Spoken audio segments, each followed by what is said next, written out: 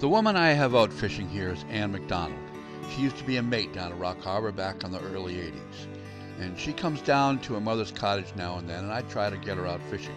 And she is one of the better anglers I've had on the boat. She lives out in the western part of the state, and they have a fairly large Asian community, and a lot of them work where she does. So she's got an order to fill for bluefish. So we did that first using the umbrella rigs. Double whammy? Yeah. Well, I saw two of them when it came up. Oh, okay. That means two fishies? I think so. Two fishies for this hand. All right.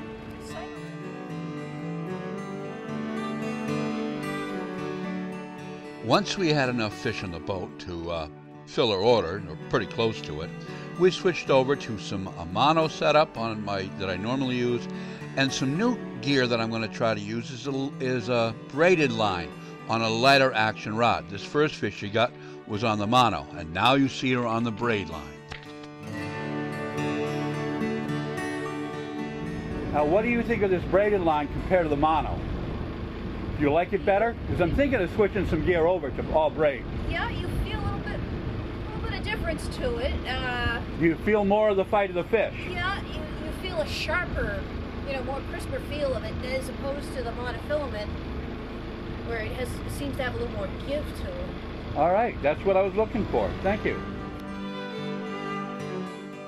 Not getting into the freshwater aspect of braided line, but in the saltwater aspect, a lot of people use it on their casting rods and bottom fishing, like cod fishing and such like that. And even in vertical jig and tuna fish, it's used quite a bit.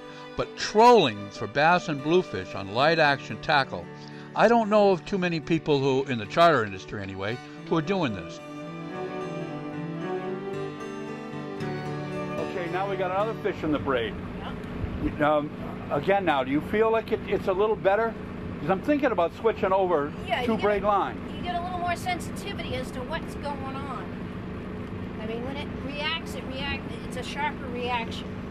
Yeah, the only thing I'm finding is because of the pair of us on the boat, I have to keep the boat in gear. I'm going to go up and it's starting to turn sideways. I got to straighten the boat out. As I've said, Miss McDonald here is an excellent angler, and her opinion holds some definite weight with me.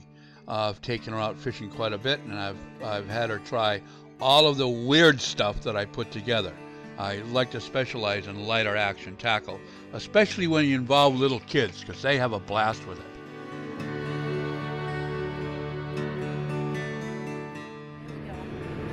He's cooperating, huh? Well, yes and no. Now yes. We're having a little tug of war here. Oh, good. You're supposed to have a tug of war. Okay, just fight him. You're doing a good job, Annie. The whole thing is to enjoy the fight of that line. And you say with that line you get a lot better feel for the fish, right? I can feel his behavior better. All right.